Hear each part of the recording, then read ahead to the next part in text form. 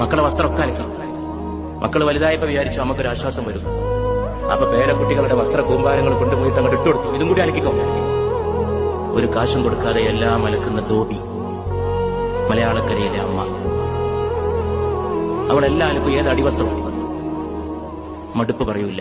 കാരണം അവളുടെ ജീവിതം തന്നെ മടുപ്പിലാണ്. അവൾ മലമൂത്രങ്ങളിൽ വളർന്നതാണെന്ന് ശങ്കരാചാര്യൻ ലോകത്തോട് പറഞ്ഞു. ലോകത്ത് ഞാൻ ആരോടാണ് ഏറ്റവും കൂടുതൽ കൂറും നന്ദിയും പുലർത്തേണ്ടത് എന്ന് ഒരു ശിഷ്യൻ ചോദിച്ചപ്പോൾ പുണ്യ റസൂൽ സല്ലല്ലാഹു അലൈഹി വസല്ലം മറുപടി പറഞ്ഞു, നിന്റെ മാതാവിനോട്. ചോദ്യകർത്താവ് ചോദിച്ചു, പിന്നെ ആരോട്? മാതാവാന്ന് മനസ്സിലായി. അടുത്ത ആളാരാന്നാണ് ചോദ്യകർത്താവിന് അറിയേണ്ടത്. അപ്പോഴും വന്നു, നിന്റെ മാതാവിനോട്. ചോദ്യകർത്താവിന് അത്ഭുതം തോന്നി. മാതാവാണെന്ന് ഒരിക്കൽ പറഞ്ഞു, മനസ്സിലായി. രണ്ടാമത്തെ ആളാരാണെന്നാണ് ചോദിച്ചത്. അപ്പോഴും അതെന്നെ പറയുന്നു. മൂന്നാം വട്ടം ചോദ്യകർത്താവ് വിടാതെ പിടികൂടിക്കൊണ്ട് ചോദിച്ചു, അടുത്ത ആളാരാണ്?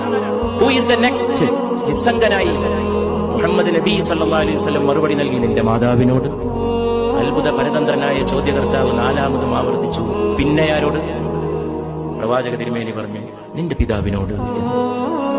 മാനവരാശിയുടെ 3 റാങ്കും അടുക്കളക്കാരി കൊണ്ടുപോയി. അവളുടെ ഗർഭത്തിലെ ത്യാഗം കൊണ്ടുപോയി. 9.5 മാസത്തെ ജീവത്യാഗം. 9.5 മാസം അവളുടെ വയറ്റിൽ ചുരുണ്ടുകൂടി കിടന്ന കാലത്ത് അനുഭവിച്ച സ്വസ്ഥത നീ ഒരു കാലത്തും അനുഭവിച്ചില്ല.